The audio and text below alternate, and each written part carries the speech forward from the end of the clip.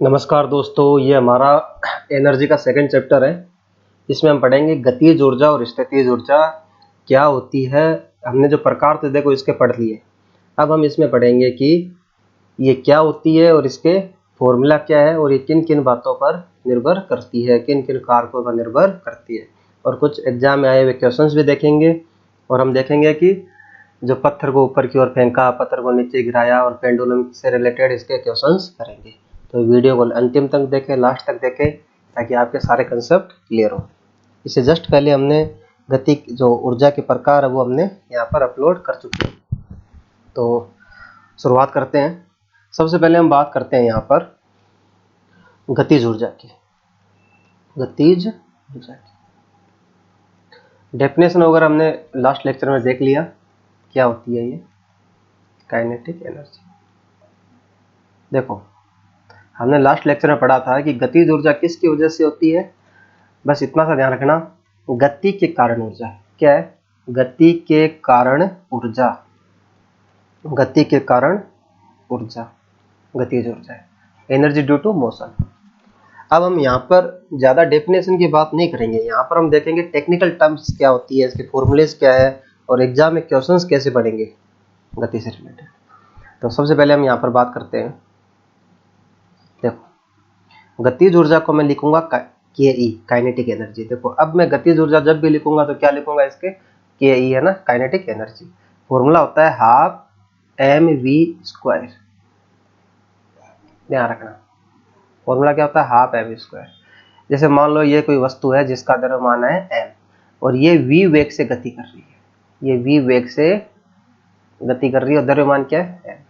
कुछ भी मान सकते हो, गेंद है मान लो ये कोई, या पत्थर है, किसने चोट की इस गेंद पे, मान लो गेंद का द्रव्यमान एम है और वी वेग से गति, तो इसमें ऊर्जा कितनी आ जाएगी, इसके अंदर एनर्जी हो जाएगी, वो हो जाएगी, पहली बात तो गति हो रही है, इसका मतलब काइनेटिक एनर्जी होगी और एनर्जी कितनी हो जाएगी, हाफ एम वी स्क्वायर। ये बस है ना, ये ध्यान रखना। तो हमने यहाँ पर देखा गतिज ऊर्जा का फॉर्मूला हमने यहाँ पर देख लिया। इसका मतलब गतिज ऊर्जा किन किन बातों पर निर्भर करती है। सबसे पहले गतिज ऊर्जा निर्भर करती है किस पे, द्रव्यमान पर, और दूसरी किस पे निर्भर करती है, वेग के स्क्वायर पर।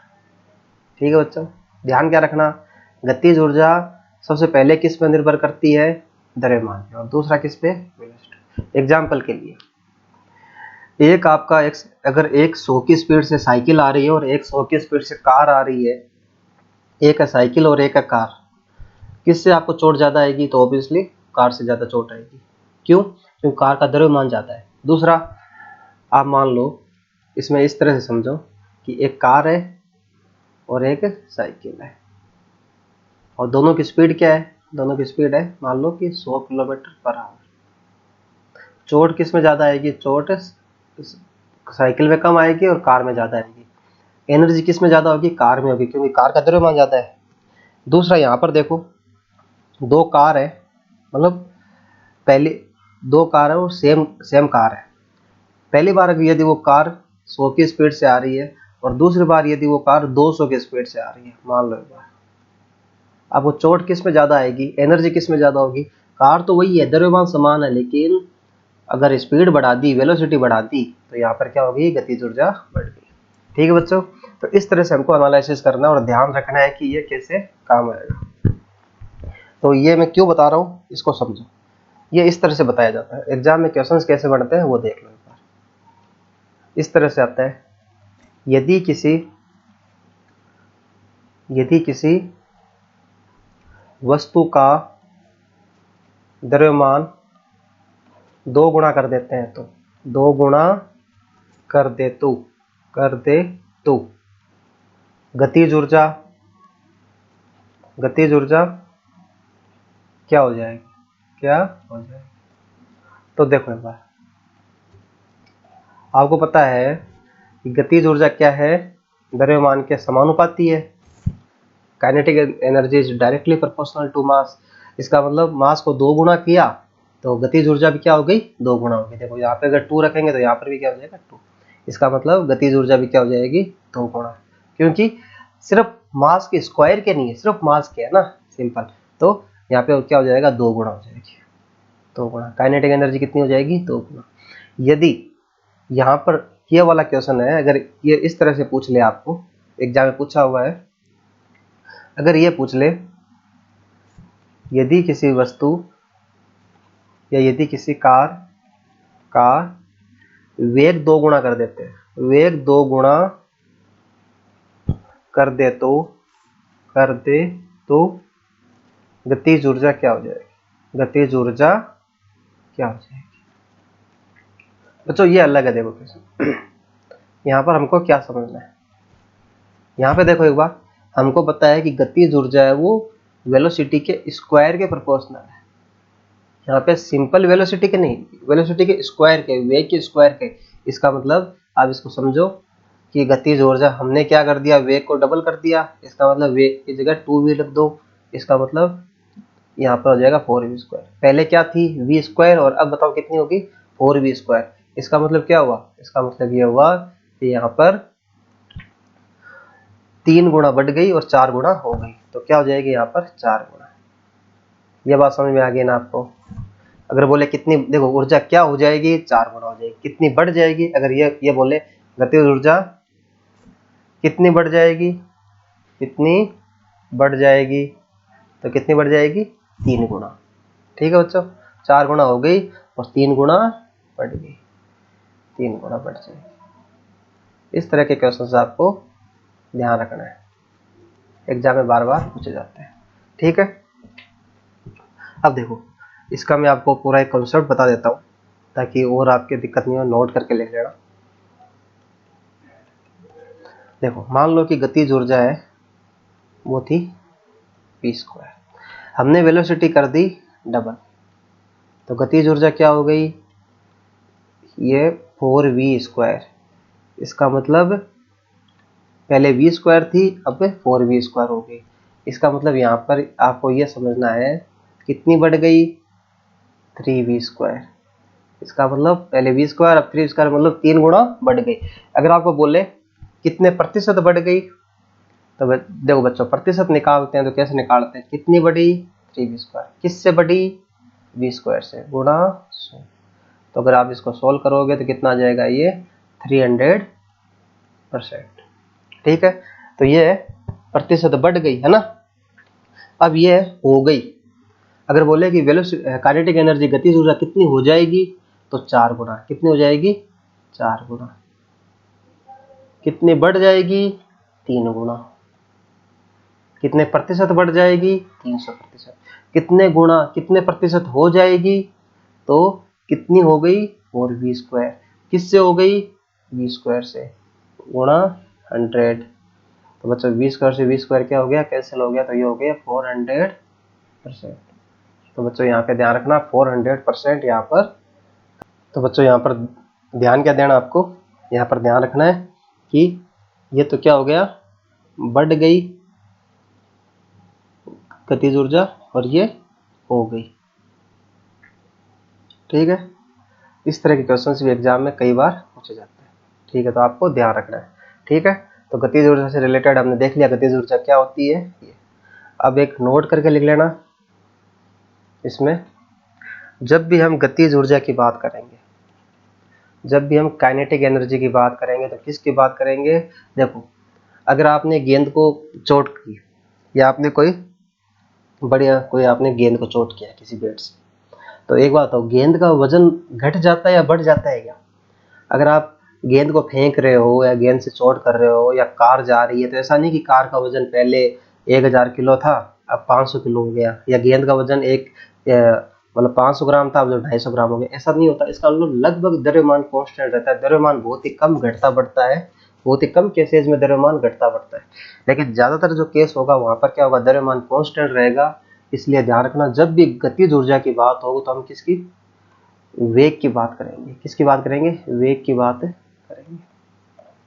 ये ध्यान रखना बच्चों, आपके ज्यादातर क्वेश्चंस हो जाएगा वो इसी से हो जाएगा जनरल साइंस में। ठीक है, पहला नोट ध्यान रखना, ये ध्यान रखना, मैं बाद में भी लिखाऊंगा। जब भी हम गतिज ऊर्जा की बात करेंगे तो किसकी बात करनी है, वेलोसिटी की। इसका मतलब आप बस इतना सा ध्यान रखना, वेलोसिटी बढ़ेगी तो गतिज ऊर्जा बढ़ेगी। कितनी बढ़ेगी अब आपको मतलब नहीं है, बस इतना ध्यान रखना।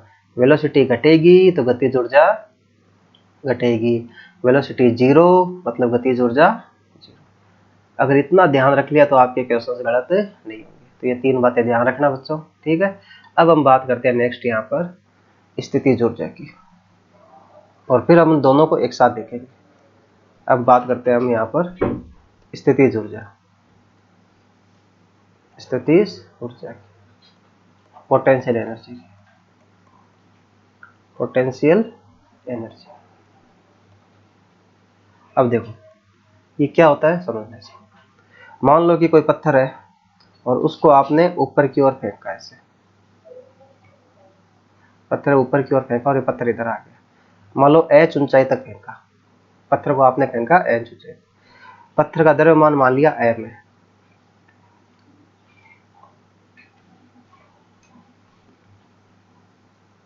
पत्थर का द्रव्यमान है वो स्मॉल m। तो यहाँ पर ध्यान क्या रखना, स्थितिज ऊर्जा का फॉर्मूला क्या होगा। देखो पिछले लेक्चर में हमने पढ़ चुके हैं कि स्थितिज ऊर्जा होती है वो यहाँ पर स्टोर्ड एनर्जी होती है, ये स्टोर्ड एनर्जी होती है, ये हमने पिछले लेक्चर में पढ़ चुके हैं जब हमने टाइप्स पढ़े थे, हमने 4 टाइप्स पढ़े थे इसके। अभी हम इसमें बात करेंगे कि स्थितिज ऊर्जा के फॉर्मूले क्या होते हैं। तो यहाँ पर ध्यान रखना, यहाँ पर तो बच्चों यहाँ पर देखो एक बार कि जब भी हम यहाँ पर स्थितिज ऊर्जा की बात करेंगे तो फॉर्मूला क्या हो जाएगा, एम जी और एच। एम तो क्या हो गया, इसका मास हो गया। स्थितिज ऊर्जा की बात करेंगे तो क्या हो जाएगा, एम जी एच। एम क्या हो गया, इसका वस्तु का मास, द्रव्यमान, वस्तु का द्रव्यमान, ठीक है बच्चों। तो वस्तु का द्रव्यमान नहीं बदलेगा, बहुत ही कम केसेस होगा जहाँ पे वस्तु का द्रव्यमान बदलेगा। अगर आप किसी बिल्डिंग से कूद रहे हो या वहां से गिर रहे हो किसी, तो आपका ऐसा नहीं कि 10 आप अगर 100 किलो का 50 किलो जो, ऐसा नहीं है, ठीक है। बहुत ही कम केसेस में बदलेगा, ज़्यादातर केसेस में नहीं बदलेगा। और आपके जनरल साइंस के हिसाब से तो ये बिल्कुल भी ज़्यादा क्वेश्चन नहीं देंगे, ठीक है। जी क्या है, जी है गुरुत्वीय त्वरण, ये हमने पढ़ा था, गुरुत्वाकर्षण में पढ़ा था हमने, ग्रेविटेशनल एक्सेलरेशन या गुरुत्वीय त्वरण। और ये हमेशा किधर लगता है, ये हमेशा नीचे की ओर लगेगा और इसकी वैल्यू भी फिक्स होती है 9.8 मीटर पर सेकंड स्क्वायर। तो बच्चों देखो एक बार यहाँ पर आप समझने की कोशिश करना है एक बार, एम यहाँ पर लगभग कांस्टेंट रहेगा, जी यहाँ पे कांस्टेंट है, तो बदल क्या रहा है, चेंजेस क्या हो रहा है, यहाँ पर चेंजेस हो रहा है हाइट, ऊंचाई, ठीक है बच्चों। यहाँ पे हाइट है ना, सतह से कहाँ से हाइट है, कि हाइट चेंज हो रही है, ठीक है। इसका मतलब जब भी आप स्थितिज ऊर्जा की बात करोगे तो किसकी बात करोगे, ऊंचाई की। हम ऊंचाई की बात करेंगे, ध्यान रखना, बात करेंगे। अगर ये समझ में आ गया आपको तो आगे हम चलते हैं। इसका मतलब जब भी आपको स्थितिज ऊर्जा पढ़नी है तो क्या ध्यान रखना, देखो जब भी आप स्थितिज ऊर्जा, ऊंचाई बढ़ेगी, इसका मतलब स्थितिज ऊर्जा को मैं लिखूंगा P, पोटेंशियल एनर्जी, तो पोटेंशियल एनर्जी बढ़ेगी। ऊंचाई घटेगी तो पोटेंशियल एनर्जी घटेगी। और जहां ऊंचाई 0 हो गई वहां स्थितिज ऊर्जा, पोटेंशियल एनर्जी 0 हो गई, ठीक है बच्चों, ध्यान रख लेना। तो वापस मैं नोट करके लिखा रहा हूँ, आप नोट करके इसको लिखो, क्योंकि अब सारा का सारा जो चैप्टर है वो इसी पे डिपेंड करेगा, पूरा पूरा चैप्टर, इसमें नोट करके लिख लेना। जब भी हम काइनेटिक एनर्जी की बात करेंगे तो किसकी बात करेंगे, वेलोसिटी की। वेलोसिटी बढ़ेगी तो काइनेटिक एनर्जी बढ़ेगी, गतिज ऊर्जा बढ़ेगी। वेलोसिटी घटेगी तो काइनेटिक एनर्जी घटेगी। वेलोसिटी 0 तो काइनेटिक एनर्जी, गतिज ऊर्जा 0, ठीक बच्चों। और जब भी हम स्थितिज ऊर्जा की बात करेंगे तो किसकी बात करेंगे, ऊंचाई की बात करेंगे। ऊंचाई कहाँ से है, ये कहाँ से है, सतह से, पृथ्वी सतह से लिखते हैं, पृथ्वी की सतह से, सतह से ऊंचाई, ठीक है बच्चों, ये ध्यान रखना, ठीक है। तो यहाँ पर देखो एक बार, इस पत्थर को हमने ऊपर की ओर फेंका तो ऊंचाई क्या हो रही है, बढ़ रही है, इसका मतलब स्थितिज ऊर्जा क्या होगी, यहाँ पर बढ़ेगी, ठीक है। अगर यहाँ तक अगर आपको समझ में आ चुका है तो अब हम यहाँ पर कंडीशन देखते हैं। तो सबसे पहली कंडीशन हम देखेंगे यहाँ पर, देखो यहाँ पर सबसे पहले हम 2 कंडीशन लेते हैं जो बहुत इंपॉर्टेंट है। सबसे पहली कंडीशन हमने ली यहाँ पर, सबसे पहला अपने ले लेते हैं केस, ले लेते हैं केस फर्स्ट। यदि किसी पत्थर को, ठीक है ना, यदि किसी पत्थर को ऊपर की ओर फेंक रहे हैं, ऊपर की ओर फेंक रहे हैं, फेंक रहे। यदि अपन किसी पत्थर को ऊपर की ओर फेंक रहे हैं, और ये केस सेकंड क्या ले लिया हमने, यदि यदि कोई पत्थर, पत्थर हो सकता है, कुछ भी हो सकता है ना, गेंद हो सकती है, वस्तु हो सकती है। यदि कोई पत्थर को ऊपर से छोड़ रहे हैं, गिरा रहे हैं, छोड़ रहे हैं या गिरा रहे हैं, बात एक ही है। ठीक है, ये दो केस ले लिए हमने। चलो अब हम देखते हैं एक बार क्या हमको समझना है। ठीक है बच्चों, अब देखो, अब इसके एक एक करके हम पूरा इस पर डिस्कशन करेंगे, और ये बहुत इंपॉर्टेंट है। ये होगी पृथ्वी की सतह, ये क्या होगी, पृथ्वी की सतह। ठीक है बच्चों, ये क्या होगी, सतह होगी। यहाँ पर कोई पत्थर है, और इस पत्थर को हमने ऊपर की ओर फेंका।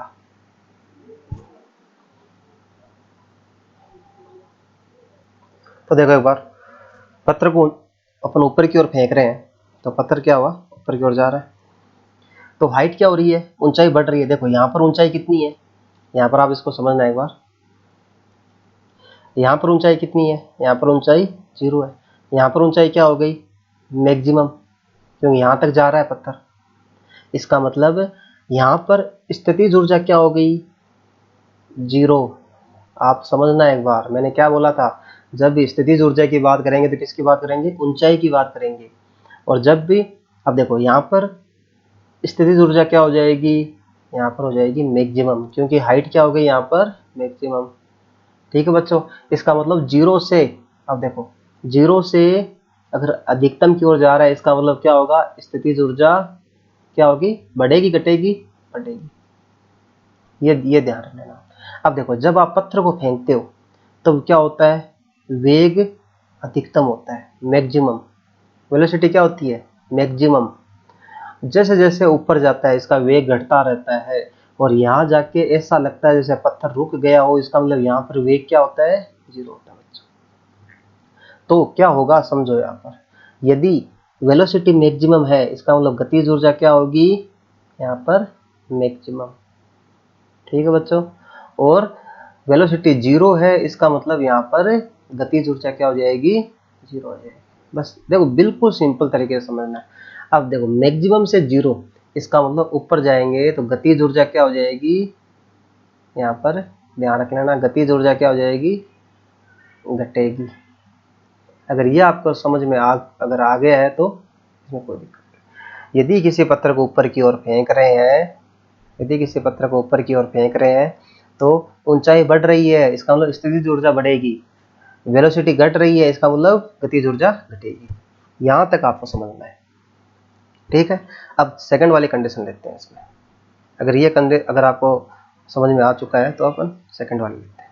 इसमें देखो, यहाँ पर ये कोई पत्थर है, और इसको हमने छोड़ा नीचे की ओर, ये नीचे की ओर आया, और ये सतह पे आ गया। ठीक है, अब इसको समझना एक बार। जैसे ये क्या था, ये h ऊंचाई का था, पत्थर था वो h ऊंचाई पर था। जैसे जैसे पत्थर नीचे आएगा, समझना एक बार इसको, यहाँ पर क्या है, ऊंचाई मैक्सिमम। इसका मतलब क्या हो गया, यहाँ पर पोटेंशियल एनर्जी क्या हो गई, मैक्सिमम हो गई। जैसे जैसे पत्थर नीचे आएगा, हाइट क्या होगी, कम होगी, और यहाँ की हाइट क्या होगी, 0 हो गई। इसका मतलब यहाँ पे स्थितिज ऊर्जा क्या हो गई, 0 हो गई बच्चों। इसका मतलब नीचे आओगे तो स्थितिज ऊर्जा क्या होगी, अगर पत्थर नीचे आएगा तो घटेगी। ठीक है बच्चों, ध्यान रखना। अब इधर देखो एक बार आप, यहाँ पर वेलोसिटी क्या थी, जब अपन पत्थर को ऊपर की ओर छोड़ते हैं, विजिट है ना, ड्रॉप है ना, अपन छोड़ रहे हैं, तो यहाँ पर क्या है, वेलोसिटी 0 है। और जैसे जैसे नीचे आएगा तो वेलोसिटी क्या होगी, यहाँ आते आते वेलोसिटी बहुत ज्यादा हो जाएगी।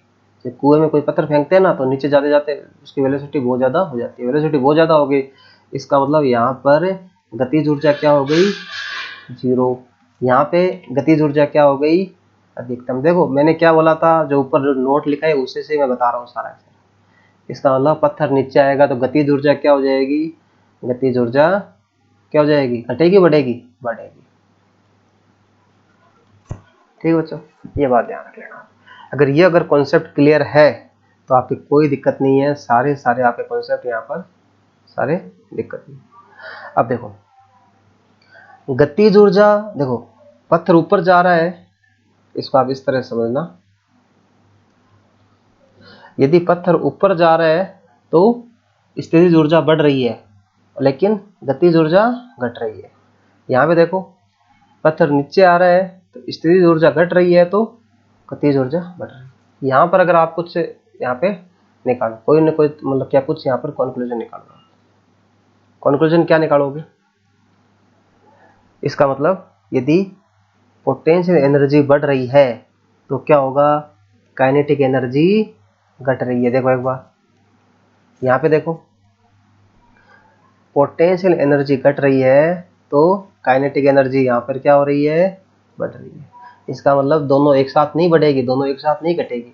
यदि पोटेंशियल बढ़ रही है, यदि स्थितिज ऊर्जा बढ़ रही है तो गतिज ऊर्जा घटेगी, और यदि स्थितिज ऊर्जा घटेगी तो गतिज ऊर्जा बढ़ेगी। ये हमेशा होगा, ऑलवेज, ये ऑलवेज है ना, हमेशा यही होगा। और ध्यान रखना, एक घटा दूसरा बढ़ा, दूसरा बढ़ा पहला घटा, इसका मतलब कुल हमेशा क्या रहता है, टोटल एनर्जी। इस हमेशा ध्यान रखना, यहाँ पर दोनों केस में, पत्थर ऊपर फेंको चाहे पत्थर को नीचे गिराओ, दोनों केस में टोटल एनर्जी है वो हमेशा क्या रहती है, कुल ऊर्जा हमेशा नियत रहती है, नियत रहती है। कैसे होता है समझ लो, जैसे ये कोई पत्थर है, इसको ऊपर की ओर फेंका, ठीक है, ये फेंका ऊपर, ये है पोटेंशियल एनर्जी। यहाँ पे 0 है पोटेंशियल एनर्जी, यहाँ पर पोटेंशियल एनर्जी 1 हो गई, यहाँ पर पोटेंशियल एनर्जी 3 हो गई, यहाँ पे 4 हो गई, मान लो एक बार एग्जाम्पल पर, यहाँ पे क्या हो गई, 5 हो गई। यहाँ पर काइनेटिक एनर्जी ऊपर की ओर फेंक रहे हैं ना, पत्थर को ऊपर की ओर फेंक रहे हैं, काइनेटिक एनर्जी यहाँ पे मान लो 5 हो गई, यहाँ पे क्या हो गई, 4 हो गई, यहाँ पे कितनी हो गई काइनेटिक एनर्जी, 2 हो गई इस वाले पॉइंट पे, यहाँ पे कितनी हो गई काइनेटिक एनर्जी, 1 हो गई, और यहाँ पे काइनेटिक एनर्जी क्या हो गई, ये 5 है ना बच्चों, यहाँ पे 0। अब देखो हर बिंदु पर किसी भी पॉइंट पे ले लो, इस पे टोटल एनर्जी क्या हो गई, टोटल एनर्जी का फॉर्मूला होता है, ध्यान रखना, टोटल एनर्जी होती है वो क्या होती है, काइनेटिक प्लस पोटेंशियल, ये फॉर्मूला होता है। तो देखो एक बार, ये बिंदु मान लो ए, बिंदु ए पर टोटल एनर्जी कितनी हो गई, 5, दोनों को जोड़ दो। ये मान लो बिंदु बी, बी पर टोटल एनर्जी क्या हो गई, दोनों को जोड़ दो, कितनी आ गई, 5। ये बिंदु सी ले लो, सी पर टोटल एनर्जी क्या हो गई, दोनों को जोड़ो तो कितना आ जाएगा, 5। बिंदु डी पर कितना आ जाएगा, दोनों को जोड़ेंगे तो 5, और बिंदु ई पर कितना आ जाएगा, दोनों को जोड़ देंगे तो कितना आ जाएगा, 5। इसका मतलब दोनों केस में, चाहे पत्थर को ऊपर की ओर फेंको चाहे पत्थर को नीचे की ओर गिराओ, हमेशा और हमेशा और हमेशा क्या रहेगा, टोटल एनर्जी हमेशा क्या रहेगी, नियत रहेगी, कांस्टेंट रहेगी। तो टोटल एनर्जी हमेशा क्या रहेगी, कांस्टेंट रहेगी, है ना, ये ध्यान रखना। अगर आपके कॉन्सेप्ट क्लियर है तो आपकी कोई दिक्कत नहीं है। ठीक है बच्चों, चलो कुछ एक इसके एग्जाम्पल्स लेते हैं ताकि और ज़्यादा आपके कंसेप्ट क्लियर हो। ठीक है, अब देखो मान लो कि ये कोई इस तरह से कोई बना हुआ है, ठीक है, ये कोई रोड है इसे, अब यहाँ पर कोई बाइक,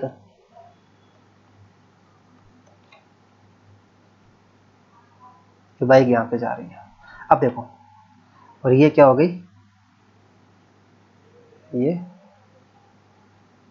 ये सरफेस हो गई या कोई, ठीक है ना, ये सरफेस सतह है, मान ले।